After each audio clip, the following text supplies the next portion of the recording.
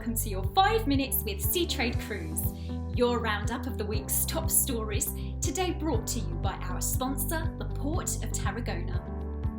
Cruise line leaders are optimistic about sailing from the US this year, with safety measures in place and a commitment to 100% testing of passengers and crew. That was the message from Arnold Donald, Richard Fain, Frank Del Rio and Pier Francesco Vargo at the State of the Global Cruise Industry keynote at Seatrade Cruise Virtual.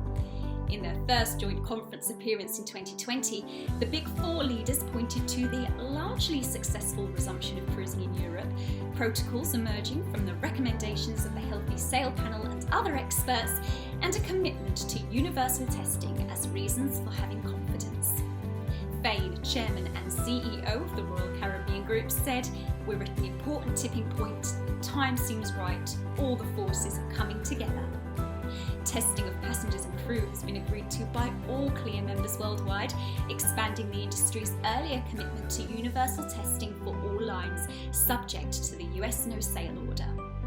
CLIA President and CEO Kelly Craighead said this applies to ships with the capacity to carry more than 250 people.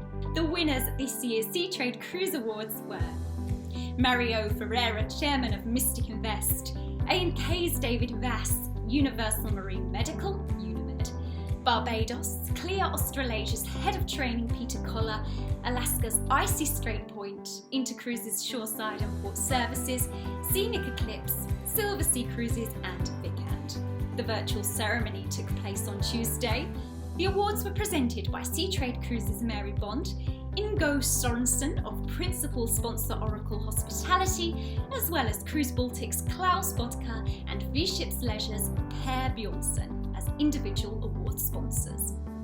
According to Bond, a record number of entries were received this year. She congratulated the outstanding awards recipients and expressed gratitude to the independent panel of judges for their devoted effort in selecting the winners. Frank Del Rio, Norwegian Cruise Line Holdings Extended President and CEO, will remain in his current role until at least the end of 2023. Del Rio's contract was to expire at the end of 2020, but NCLH acted to secure his continued leadership at a critical time for the company, according to a filing. He will receive a base salary of $1.8 million and will be eligible for annual bonuses for achieving certain performance objectives. Del Rio is also entitled to an inducement cash award equal to $2.8 million payable by the 31st of December this year.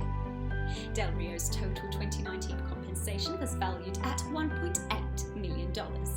With 9 months until launch, Atlas Ocean Voyages World Navigator was floated out at Portugal's West Sea Viana shipyard this week. The keel was also laid for World Traveller. World Navigator is scheduled to enter service in July next year. It will debut in the Mediterranean, Black Sea and Holy Land before crossing to the Caribbean and South America en route to Antarctica in late 2021. World Traveller will begin operating in mid-2022. 3 additional expedition ships are on order for Atlas for delivery by the end of 2023. Norwegian Cruise Line Holdings has extended its previous suspension of voyages to include all those embarking in November. This applies to the 3 NCLH brands, Norwegian Cruise Line, Oceania Cruises and Regent Seven Seas Cruises. The company said it will continue to work with global government and public health authorities and its Healthy Sail Panel expert advisors to take the measures needed to protect travellers, crew and the communities visited. Meanwhile, Royal Caribbean Group has extended the suspension of its sailings through November, excluded cruises from Hong Kong. Celebrity Cruises is also suspending its full 2020-2021 programme in Australia and Asia. Azamara is halting all cruises until its 2021 Europe season.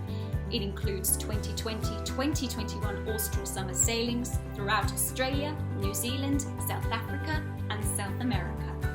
Thanks again to the Port of Tarragona, which celebrates its 150th anniversary until November 20th. Visit tarragonacruiseport.com or porttarragona.cat to find out more about the gateway to the UNESCO World Heritage City and the Mediterranean.